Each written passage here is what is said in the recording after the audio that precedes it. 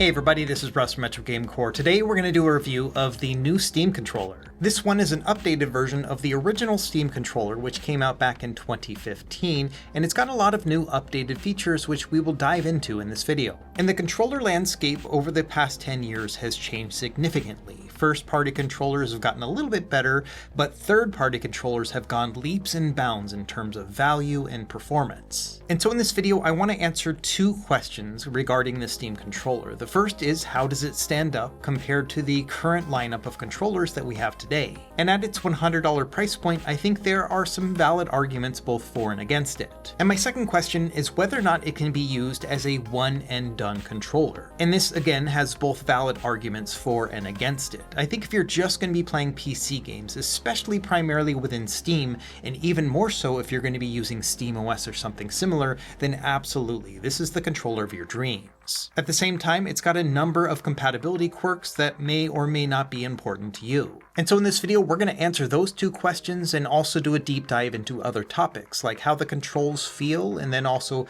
what it's like to actually use it in terms of software and the hardware itself. It's probably going to be a long one, so grab your favorite snack and drink, and let's go ahead and get started.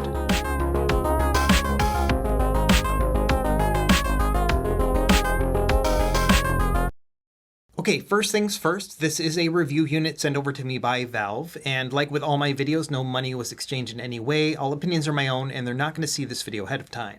It's priced at $99, but it's not out just yet. It comes out on May 4th. Happy Star Wars Day for those who celebrate, and I'm not sure if they're going to charge for shipping or not. And at first glance, this thing just looks like a Steam Deck without a screen, but it's a bit more subtle than that. To start, there are some things that are very Steam-like in quality, including the plastic texture. This very much so feels like a regular old Steam Deck. There's some little things about it too that really make it feel like a Steam Deck, like if you press on the button to turn it on, it gives a little chime, very similar to the Steam Deck sound, and also the LED behavior is similar to the Steam Deck as well. And I think that's a good thing. It unifies the feeling of using any Steam or Valve product. The control scheme is also very Steam Deck-like, where you have centered analog sticks, but then D-pad and face buttons on the outside, and then of course track pads down below. These ones are a little bit angled, but other than that, yeah, almost a dead ringer. My next major impression of the Steam controller was that it took a little bit of time to get used to the size and weight of it. It clocks in at 292 grams, which makes it heavier than most of your standard console controllers,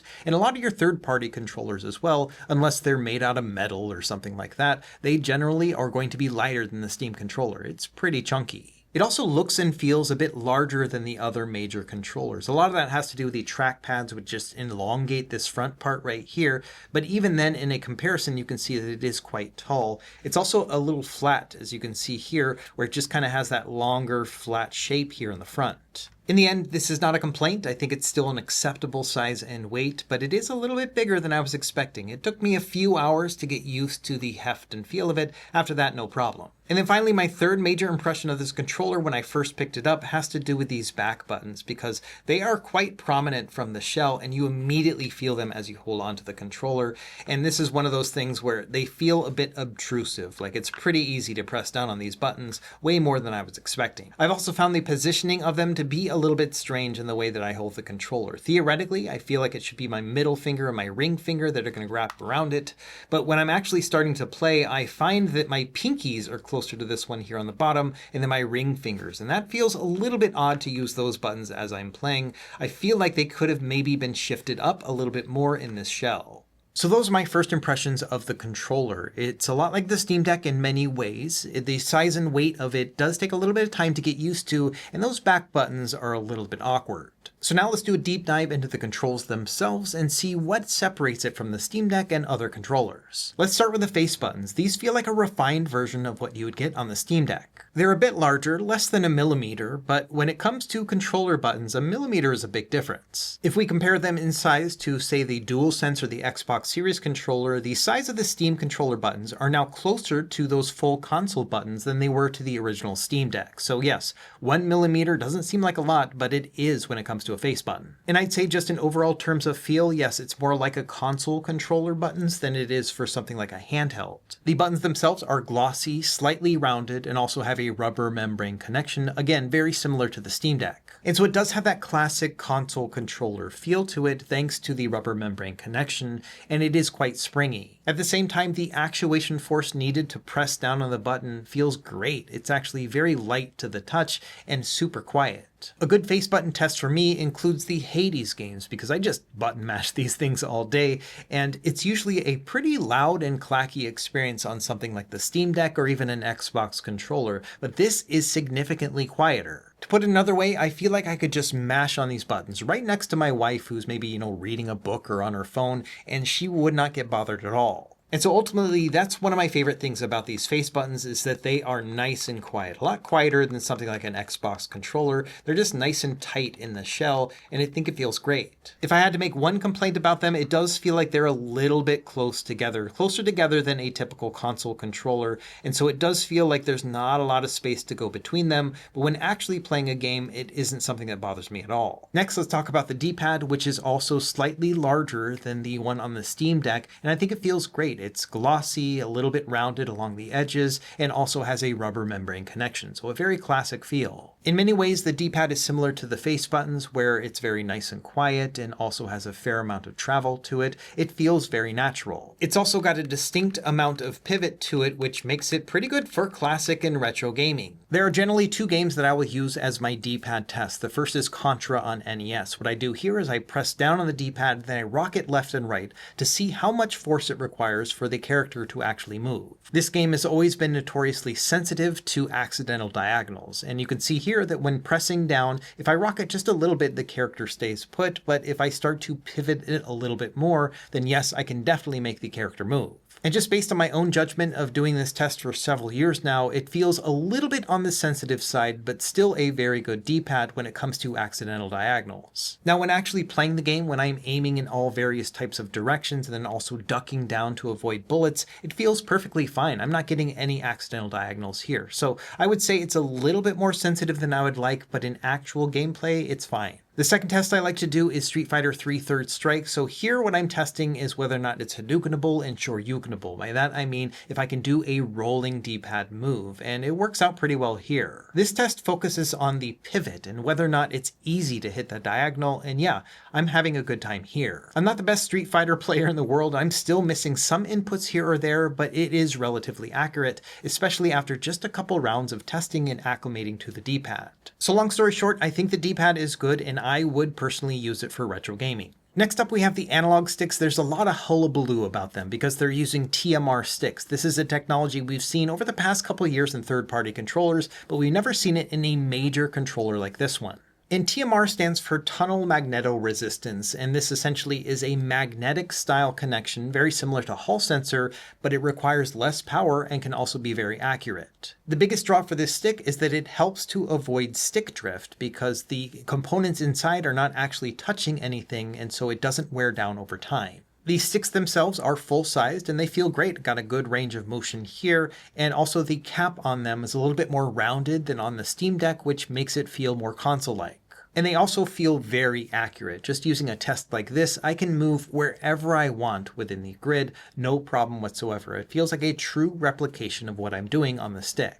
It's worth noting you can go into the controller settings and adjust the dead zone, but I found that the default setting, which is what you can see right here, is perfectly fine. But of course, if you want to tweak it even more, you can do that. For me, the easiest way to test an analog stick and whether or not it's going to work out well for actual gaming is Super Mario 64. So I can test all the different speeds that Mario can, walk and jog and run at, but then also just feel whether or not it's accurate as I'm moving around. And yeah, this is totally good. In fact, this might be one of the best experiences I've seen playing Super Mario 64 with a controller like this. And so yeah, if you're looking for something that's very accurate but also resistant to stick drift, then this is going to be pretty great. My only nitpicks about these sticks is it doesn't have metal banding around the post, and it also doesn't have analog stick rings. We'll talk about these more when we start to discuss features that are missing from the controller.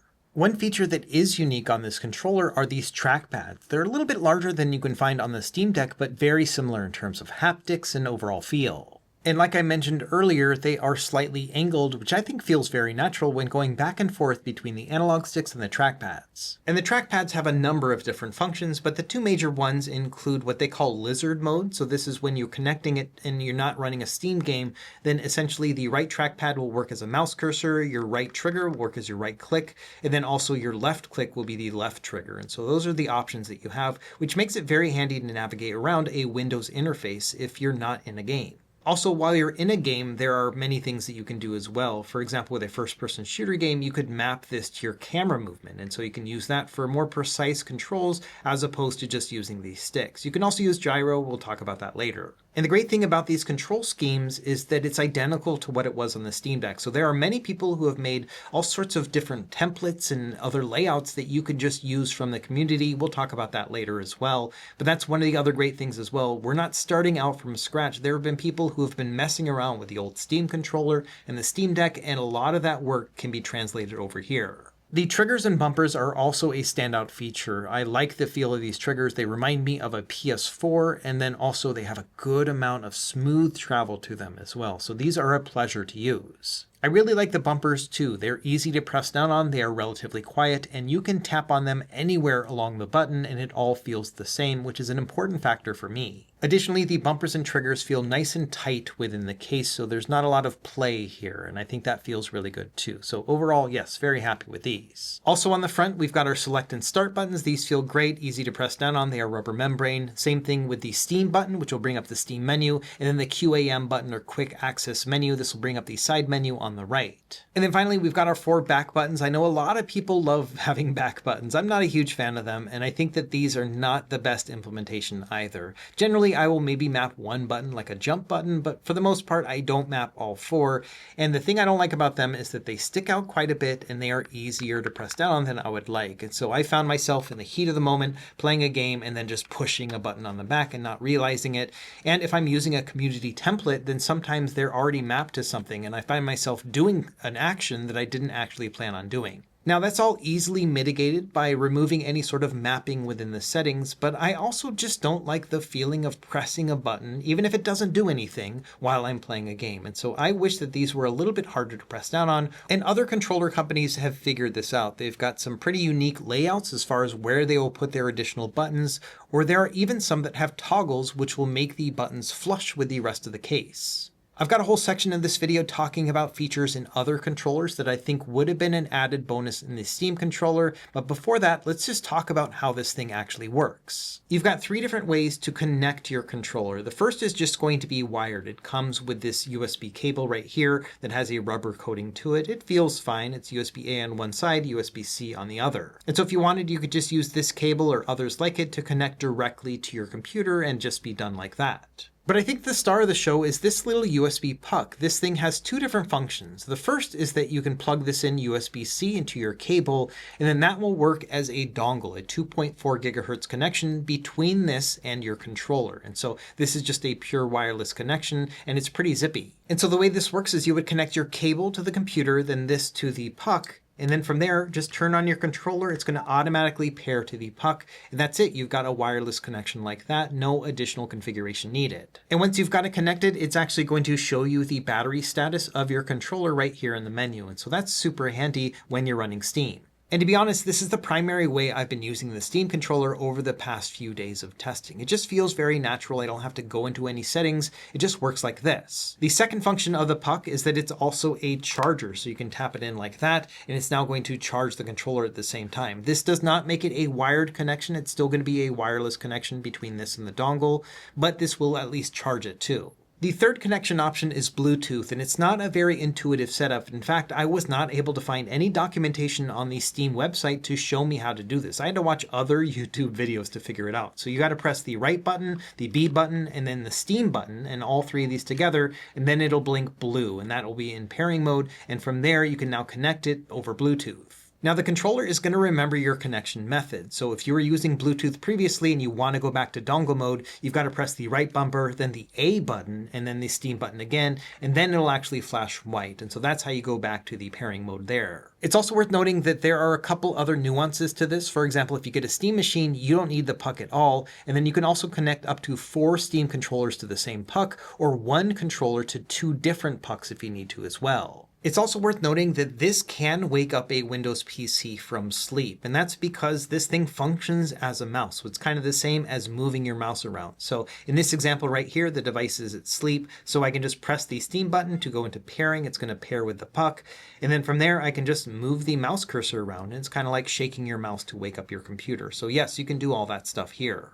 Now there's going to be a whole section dedicated to talking about compatibility with Windows and SteamOS and stuff like that, but at least for now, let's talk about what it's like when you're navigating through and some of the settings that you have already. When you first connect it, it will know that it's a Steam controller and will likely prompt you to update your firmware like it did for me. And once you're inside, you've got a bunch of different options. So you can go in here and go into the settings, and there's a controller section, and it'll immediately see that it's a Steam controller. If you go further into these settings, you can see things like the ability to test your inputs or calibrate and do some more advanced settings. But yeah, you can see all that right here. It'll also give you an idea of your signal strength if you're using the puck. I did some signal testing with the puck and it was very impressive. I was able to walk away much further than I would ever need when playing a game, and it's still connected. Sometimes the signal will get weak, especially if there's something in the way, but otherwise, yes, like this will go as far as I need to when playing in a living room or other large room. Beyond just the general controller settings, you can also go into a game, and then there's going to be a controller icon here. And so you can go within here and adjust things like each individual button input, but you can also adjust the layouts. And this is what I was talking about earlier when it comes to community templates. So you can go over here into templates, and there'll be some generic ones that are already set up, but then there's one called community layouts, and there's just going to be a bunch of different options here. So if you want to mess around and see what other people have been using, this is going to be really handy. And it's even filtered down by how many hours have been played with each individual layout. So you know which ones are the most popular just because they're going to be closer to the top. So if you want to set up something like gyro or trackpad controls with a certain game, chances are there might already be a community layout, but of course you can also go in and adjust yours on your own if you want to. So in this example, you can see that I'm using a community layout. This is Halo Master Chief Collection gamepad with joystick trackpad. And so that's how I'm able to use joystick with this particular game. But I can also go into the edit layout here and change any button to be any input I want. That's one of the great things about Steam Input is that you can do just about anything. And if you want to get into the weeds, the level of customization here is really impressive. So if we go back to Halo, I play inverted, which means when I look up, up is down and down is up. It's just pilot style controls. It's the way I've always played these games because I'm old. Now, the thing is, when I'm playing with a trackpad, I don't want it to be that way. I want it to be natural. Same thing with gyro. And I can set all those up individually. And I'm sure it's probably breaking your brain to watch me do this, but for me, this feels very natural and I really like it. And setting this up was super easy. All I had to do was just go into the settings right here, go into the controller, and then adjust it. You just have to go into the edit layout section and then go over to the trackpad section, and then right here, right trackpad behavior, go into the settings cog, and then there's an option right here, invert vertical axis. And so because my stick is already inverted, this inverts it back to normal. So yes, you've got a bunch of different customization options that you can do just from the joysticks and the trackpads, and we haven't even talked about gyro yet. Let's talk about features next. Now, some of these we've already talked about, like the 4 back buttons and the TMR joysticks, as well as the trackpads, but let's knock out some of these others. We'll start with the battery. The battery itself is quite large. It's 8.39 watt hours, which will give you somewhere around 30 to 35 hours of gameplay, and that's including all the haptic functions that we have. I've only had the controller for a few days, so I wasn't able to thoroughly test the battery life on it just because the battery life is so long, but I've seen other videos where people have done that, and yes, they've seen 35 hours to be very accurate. Let's talk a bit more about the puck. I've got 2 major observations beyond what we've already talked about. The first is that this thing is kind of awkward. Like you just have to kind of lay it out somewhere and leave it like that while you're using your controller. And I've never really found a good spot for it. I use it with my living room PC, and then I've just got a cable sitting around. I put it on my desk and I've got a cable just sitting here. And so this is one of those odd things that you may have to get creative about where to actually place the puck. And also bear in mind that you're going to be using it to charge the controller periodically periodically as well. So it's not something that you can just hide away. And there's already some community solutions popping up. We'll talk about these more when we get to the accessories section near the end of the video. The other major thing about the puck is that it's a very stable and good connection. Beyond just the range itself, it actually is very good when it comes to input latency. It's only got a 250 Hz polling rate, which is lower than a lot of third-party controllers, but the connection feels very good and fast to me. According to Valve, it's got 8 milliseconds of end-to-end input delay, which is really impressive. And I'm not the best judge of input latency, but I will say that playing a bunch of retro games, it felt really good. In this example, I'm using my Flow Z13 Windows tablet, which goes up to 180 Hz, and then I'm playing 60 Hz content on it.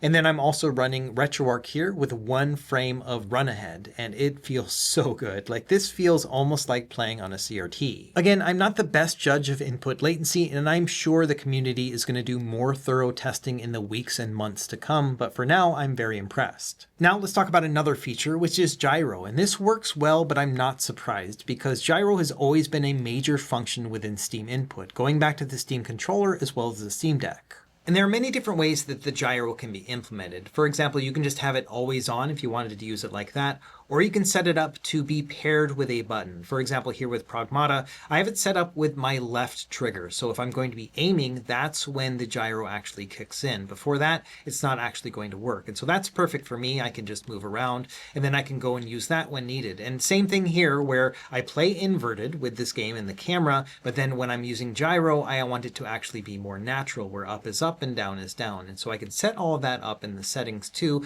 Very handy. And beyond just mapping the gyro to a button or just having it always on, you can also map it to what they call grip sense, which are the sensors on each side of the controller so that it knows when you're holding onto it. So you can have the gyro turn on when you hold it or when you let go and so on. I think the best demonstration of grip sense isn't actually gyro, but just using it on its own because it can be used as an input. So let's use Ori and the Will of the Wisps as our example. So if I go in here into the settings, you can see under controller settings, and if I go in here, in the quick settings, you can see that there's LG and RG. That's going to be your left and right grip. And you can see that I have it set up here as select and then release press. Let me show you how to do that. I'm going to go into edit layout. And then under here, under the LG, you can see that I've mapped it to the select button, which I've done here.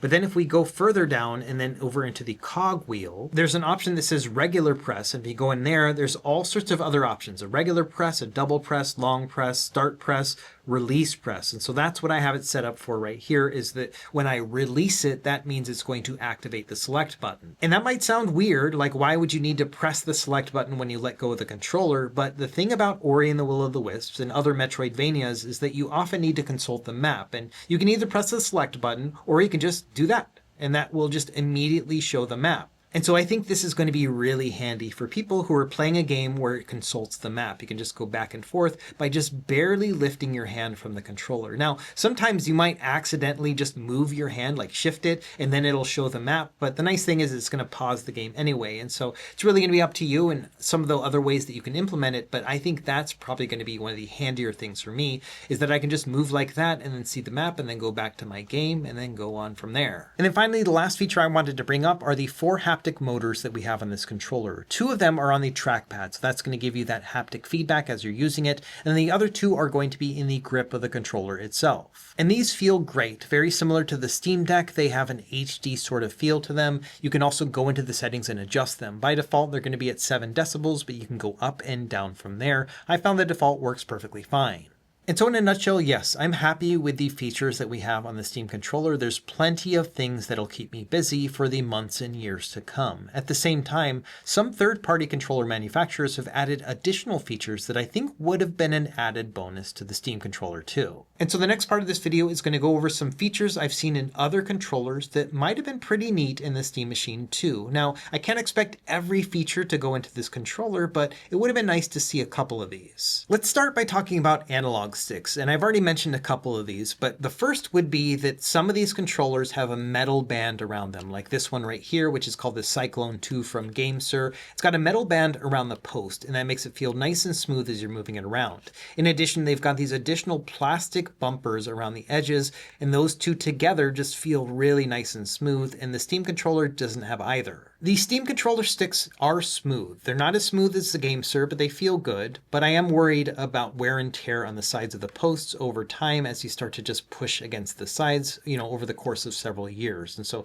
that's one of my worries that I have with this controller, and I think it could have been mitigated for something that wouldn't have been super expensive. Another analog stick feature that would have been pretty cool to see on the Steam controller just because of all the customizability of it is on this one, the FlyDigi Vader 4 Pro. This one has tension rings right here, so you can move these around and you go to the right and that's going to make it more tense, and then you can go to the left and it's going to make it looser. And so I think a lot of people really appreciate the ability to change the tension on their sticks because everyone's a little bit different. So that would have been neat too, but I do think this would have driven up the cost of the Steam controller quite a bit. So I understand why they didn't have it, but again, just another cool thing that other controllers have done. Another thing a lot of controllers have, like this one, the 8-Bit Do Ultimate 2, this one has these hair trigger stops right here. So you can just flip this on and then all of a sudden it's a digital input. And this is really great for shooters and other types of games where you don't need a full analog input. This device also works with a Nintendo Switch, which makes it really handy for that because it's digital input only.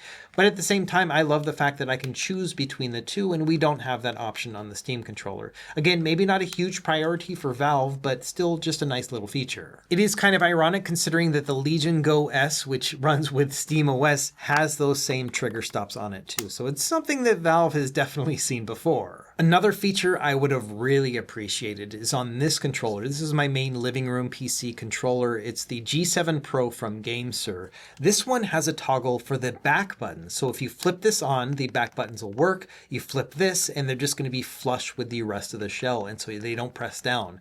And I would really have liked to see that on the Steam controller because I like that they have back buttons, but I don't want to press them all the time. So I think that would have been cool. Another thing the Steam controller lacks is audio pass-through, as well as a 3.5mm headphone jack. So again, this is a nice thing for me to use when playing a game and I don't want to disrupt others. I can just plug some headphones into this and then play like that on the couch. This guy is the GameSir Supernova. It's like a $50 or $60 controller. One of the things I like about this one is that it has detachable face plates and you can swap them out to give your controller a different look and feel. Now, GameSir has notoriously been very bad at having a bunch of different face plates available for people to swap out with, but I think that's something that Valve could have done, and then I bet the community would have gotten behind that as well to be able to customize their controller. This controller also lets you swap out the A, B, X, Y buttons if you want, so you can have it like a Nintendo Switch style. I don't think that's an important thing for a Steam controller, but just another added benefit of having a removable faceplate. And finally, another feature that many third-party controllers have are support for additional input options. Let's use this one as an example. This is the GameSir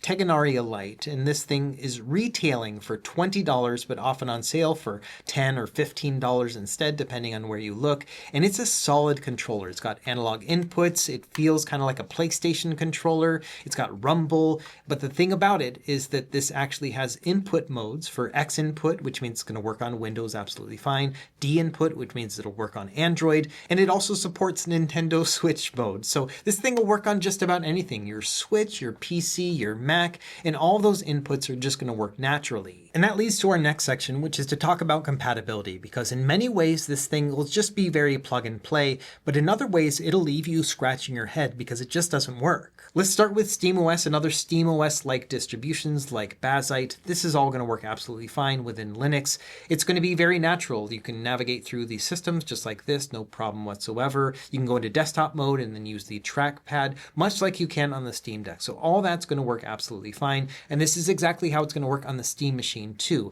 And I think that's great. I mean, that's obviously what this Steam controller is designed to do, is to work with Steam. And in that regard, yes, it works fine. Now, when it comes to Windows, if you're just going to stay within the Steam ecosystem, it works fine. So if you're here, use your trackpad to open up something like Steam, and then you can press on the Steam button, that'll open up big picture mode. And from there, you can just kind of use it like you would in SteamOS, where you navigate through the menu with the controller and everything's going to work fine. All the Steam input's going to work naturally and everything else. And so this just works really nicely. And again, I think it should work like this. After all, it's a Steam controller. We're in Steam. All this makes sense. I think the vast majority of people who play Steam games do it via Windows. So the fact that it works via Steam makes sense. However, I found that the controller itself doesn't quite fit the vision that I had for using this Steam controller in the first place, outside of just using it like this in big picture mode and playing your games. All that works okay. And if you're using it at just a regular computer desk and you've got a keyboard and mouse right there in front of you, it will be absolutely fine. I think that's going to be an excellent complement. But for me, I like to use Steam like this in a living room setup, like in big picture mode. And there's one really weird quirk that I never noticed until now. It's something that also happens on SteamOS with the Steam Deck, but when you're in this big picture mode or game mode, the right trackpad does not work as a mouse. It just turns itself off. If you have a mouse hooked up, you can still navigate through with a cursor and do all that other stuff. And usually on the Steam Deck, I'll just tap on the screen if I need to. But it's really weird that I can't use the mouse as I'm in big picture mode. And you might think that's not a big deal, but I found that just over the past couple days of testing, it's been a big pain in the butt. So let's talk about my Windows PC in the living room. So this thing is set up where I just log in and then it's going to immediately open up Steam and then go into big picture mode. I can grab my controller and start using it. But I've always got to have a keyboard and mouse around. I've got one of those Logitech ones that I totally hate. And that's because there's always some sort of pop-up that happens, like maybe some new Copilot feature they want to tell me about, or it's going to warn me that, I need to update my OneDrive or whatever, or maybe I need to go in and update my drivers. And if I have it set up like this, I can no longer get back into the Windows interface. Now, obviously I can just close out of Steam and then go in from there, but I would rather just be able to close the pop-up right there as it shows up over my Steam overlay. But unfortunately, I don't have the ability to click in any way, so I have to go and grab that keyboard and mouse. Another thing that will happen from time to time if you're running Windows on Steam, and you've probably experienced this as well, is you'll launch a game and it doesn't launch elegantly. By that I mean that it just doesn't go directly into the game. Maybe it's going to be behind the menu, or something happens where you're pressing left and right and you can still hear the Steam navigation while the game is running. And often what you have to do is you got to click with your mouse or do something on your keyboard and then it'll actually register. And those things happen all the time if you've got a controller connected to Windows. It's not a big deal if you've got a mouse and keyboard, but I was hoping that the mouse on this thing would actually alleviate that, where I could have the best of both worlds. But unfortunately, when you're in big picture mode like that, it's just not going to work. Another thing that happens pretty often for me, especially with like Halo Master Chief Collection, is I'll exit out of a game and for some reason the Steam interface will not be in focus, which means that for some reason it's not the prevalent app, and so when I try to move it around, I can't actually navigate through the menus. It's not working at all. When I'm on a desktop, it's pretty easy. I'll just use a mouse to click on Steam and then that will work, or I can do that on the Steam Deck where I'll just tap somewhere on the screen and then the controller will work. But if I'm in the living room setup, then it just doesn't work. On a third-party controller, I'll usually just press the Xbox or menu button, and that will bring up the Xbox bar above, and that usually allow me to navigate over to the Steam button, or just press it again, and that will usually make Steam in focus, and so that's how I can kind of work around to get it to work. On the Steam controller, pressing the Steam button just brings up the Steam menu, which again is probably its intended purpose, like it's exactly what it wants to do, but if the app is not in focus, it's not going to actually work. And so that's another thing that's just kind of bothered me, is that if the app is not in focus, I still got to go and grab my keyboard and mouse, because again, I can't use the mouse while in big picture mode. Now, one workaround I had for that is just to go into power and then just go into exit big picture mode and just use Steam like this, where I'm going to navigate through like on the desktop, use this as my mouse, and then I can go through, go into the library and then launch a game. And so all that will work just fine. But there's one big drawback for this setup. The game itself is going to work fine, but if you want to get into the Steam menu, like to adjust the buttons or something like that, pressing the button isn't going to bring up the Steam menu, it's going to bring up the overlay because you're in desktop mode. There are all sorts of neat things you can do within here, but you would need a mouse and keyboard to navigate it, and unfortunately the mouse doesn't work when you're in this mode either. It gives a haptic feedback, but you don't actually see a cursor. And so again, we're just limited very much so by what you can do in terms of using the mouse while using a game at the same time. When using SteamOS, it's not a big deal. It's Windows that's the big culprit, just because you've got an entire operating system happening behind it, and I would love to have the best of both worlds, to be able to use a mouse navigation with the controller while I'm also in Steam Big Picture mode, and I think it's just a weird quirk of Windows, or maybe something that they could fix with a firmware update. It's almost like we got two very close options. The Big Picture mode is going to be great for the most part, unless you need a mouse, and that's going to kind of break everything. Or if you're in the desktop mode, you can use the mouse and everything's going to work well. It's going to be a little bit weird to navigate through, but unfortunately you don't have this nice Steam input overlay. The other big drawback of using the controller on Windows is it's not going to be compatible outside of Steam. So here I am in the Xbox app, and say you've got a bunch of games here in the Epic Game Store, and you want to launch them here. The Steam controller is just not going to work. It's going to be in lizard mode, which means that it's just going to give you that mouse input, and that's it. So if you try to launch a Windows game, it's just not going to work with the Steam controller. After all, Steam is in the name. They're expecting you to play it on Steam, but still, it would be nice to just have a generic X input. You've got two different ways to get non-Steam games to work with the Steam controller. The first is to add all these games as a non-Steam game within Steam. To do that, you're going to open up Steam in the desktop mode, go to add a game, add a non-Steam game, and then browse for your game here, either in the list or just go and actually browse through Windows, and then add it there. It's going to show up in your library, and from there you can launch it, and then Steam input is going to work. However, there is also a community solution which I think is a little bit easier to use, and it's a special app called Scissor, S-I-S-R, which stands for Steam Input System Redirector. This one is the successor to another popular app called Glossy, which stood for Global System-Wide Steam Input. They both do the same thing in that they capture your Steam inputs as you're using a controller, and then they interpret that at a system level into a different controller. For this app, you can use it with an Xbox 360 controller or as a PS4 controller. Installation on Windows is super easy. You just have to take a single line of code and then paste that into PowerShell on Windows, and then it'll go and grab and download and install all of the apps that you need. From there, you'll have access to the app called Scissor, and you just have to double click on it and then open it. You need to have Steam running at the same time, and that's it. And so here we are with Prey. This is a game I downloaded via Game Pass, and it's working just fine. I'm not running this through Steam, but through the Scissor app instead. Now, this is an Xbox 360 controller for all intents and purposes, which means that things like gyro are not going to work because that's not supported by X input. But otherwise, yes, you can use this as a controller. If you want to use fancy stuff like Steam input, then obviously that's when you have to add it as a non-Steam game and go that route. But for a quick and dirty ability to just be able to use this as a standard X input controller, this will work.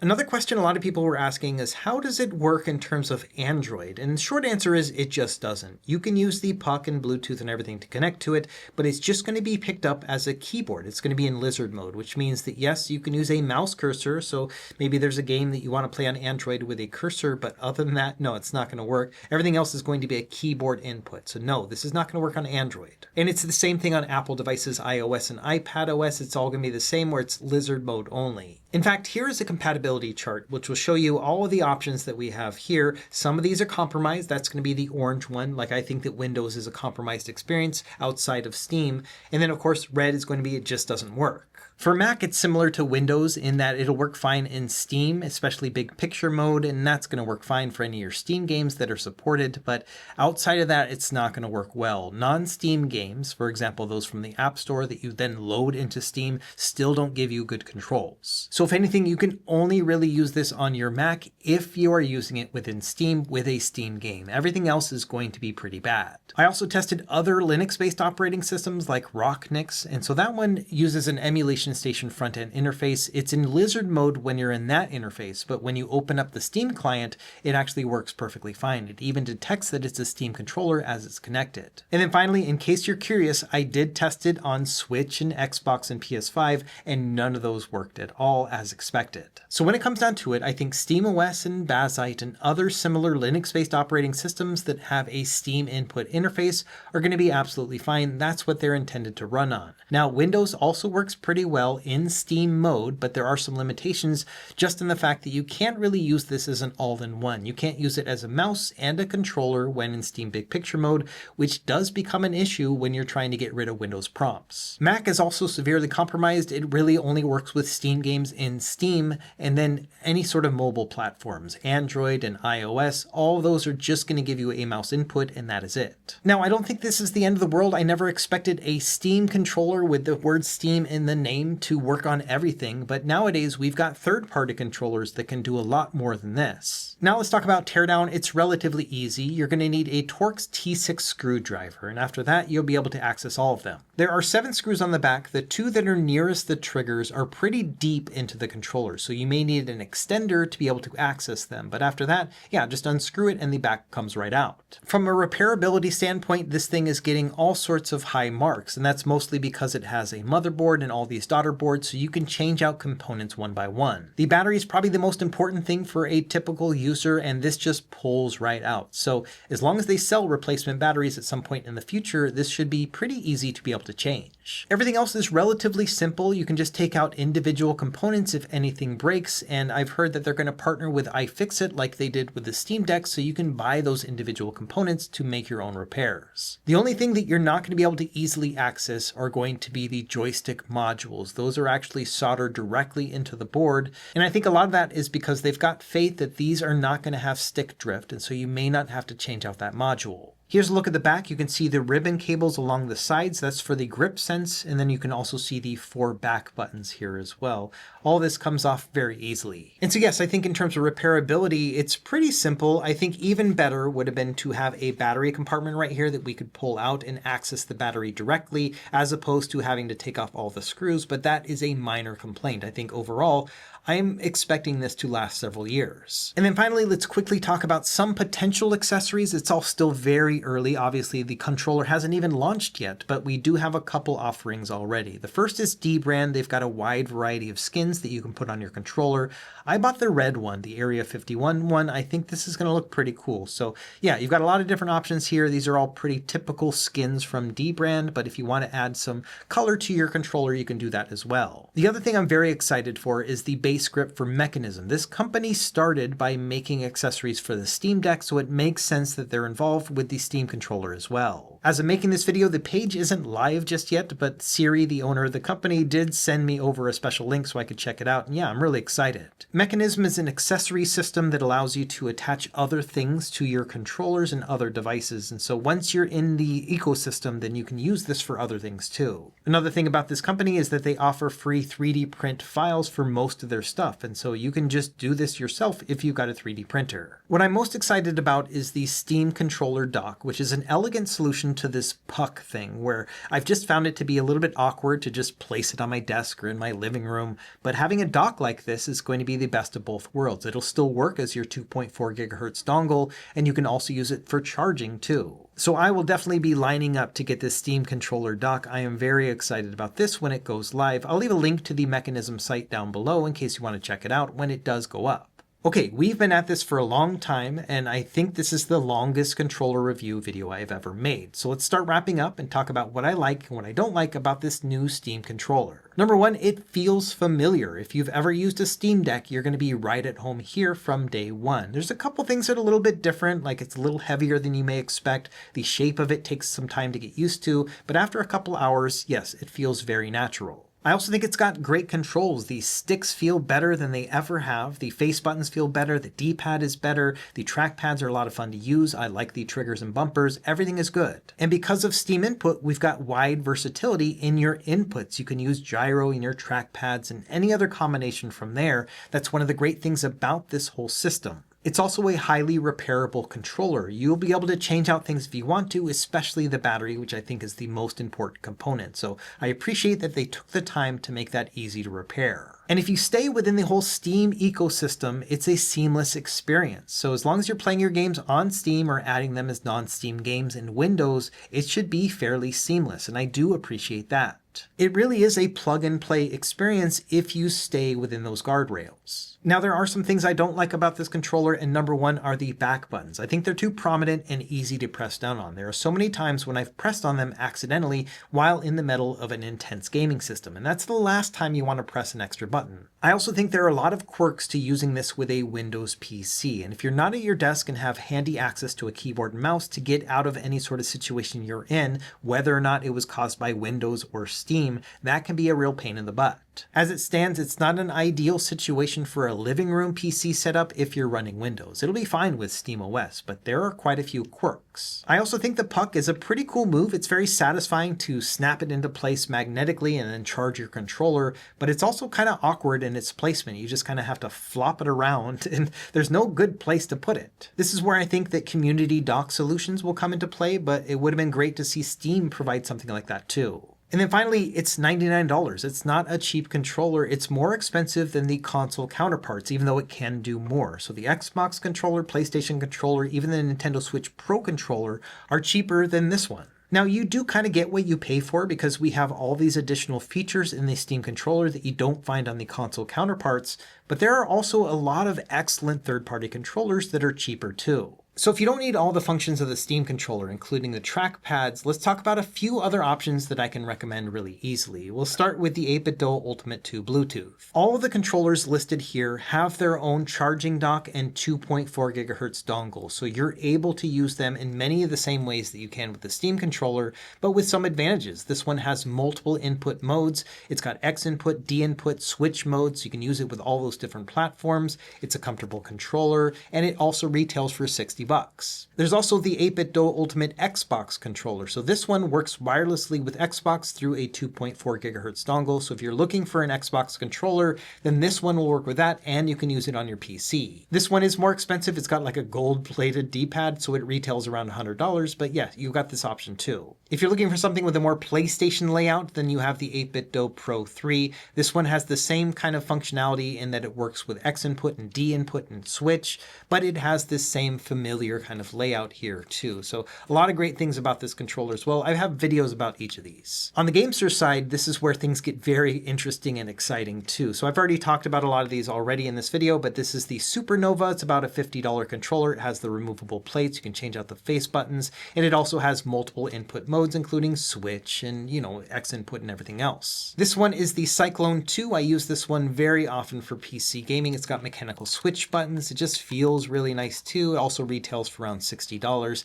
and has a charging dock and 2.4 GHz dongle and multiple input modes as well. And then finally, we've got the G7 Pro. This one is like my main PC controller. You can see like the thumbstick is all brown because I've been using it so much over the past 6 months or so. This one gives you wired Xbox functionality, but then also just regular PC functionality too. I really like this one too. It's very comfortable. It's got mechanical switch buttons too. And so I use this one a lot when I'm doing my game testing. And again, this one retails for around $80 altogether because the Xbox license is more expensive. So all these controllers are cheaper than the Steam controller, but they don't give you all the same functions, but some additional functions too. It really depends on what you're looking for. And if the Steam controller, after watching this video, is not fitting your needs precisely, then something like this might be a better fit. And I really didn't even get into the weeds of some of the things you can do with these controllers. If you take the Supernova, you can put it in PlayStation 4 mode, which means that you can use things like gyro and stuff like that as well. So yes, this thing will fully support Steam input, but then also give you the ability to use like non-Steam games with no problem and no additional software. So wrapping up, I had two questions about this controller in the intro. The first was, how does this stand out from the current lineup of controllers that we have right now? And I think it does stand out in many ways. I like the puck system. I like the ability to use trackpads. We have the grip sensors as well. There are many reasons why this is going to be the ultimate Steam controller if you're going to stay within that Steam ecosystem. So yes, this thing does stand out in many ways. All of the functions on this are great. The other question was whether or not you could use this as a one and done controller, and it really depends on you. If you're going to be sticking within the Steam ecosystem, especially if you're going to be using a Linux-based OS like SteamOS or Bazzite, then yes, this is going to be perfectly seamless. But once you start creeping outside of that world and trying to use Windows games or something else, then it requires some intervention, much like the original Steam controller did. So to summarize, it's a good controller, and I think it is something that I can recommend for the $100 price point if you're going to use all of its features and you want something with a lot of versatility and you're going to stay within the Steam system. For my part, I'm going to be using this controller a lot, but it's mostly only going to be within SteamOS and Bazzite. So when the Steam machine comes, yeah, I'm going to be using this thing all the time. And then I've also got a couple Bazzite PCs that I'm going to be using this on as well. When it comes to just generic Windows gaming, I probably will be sticking with a different controller controller just because I go in and out of Steam all the time. So let me know what you think in the comments down below. I know this was a long one, but I hope I answered all of the questions that you may have about the Steam controller. In the end, it's a good controller, but it really depends on how you're going to use it. As always, thank you for watching. Be sure to like and subscribe if you found this helpful, and we will see you next time. Happy gaming.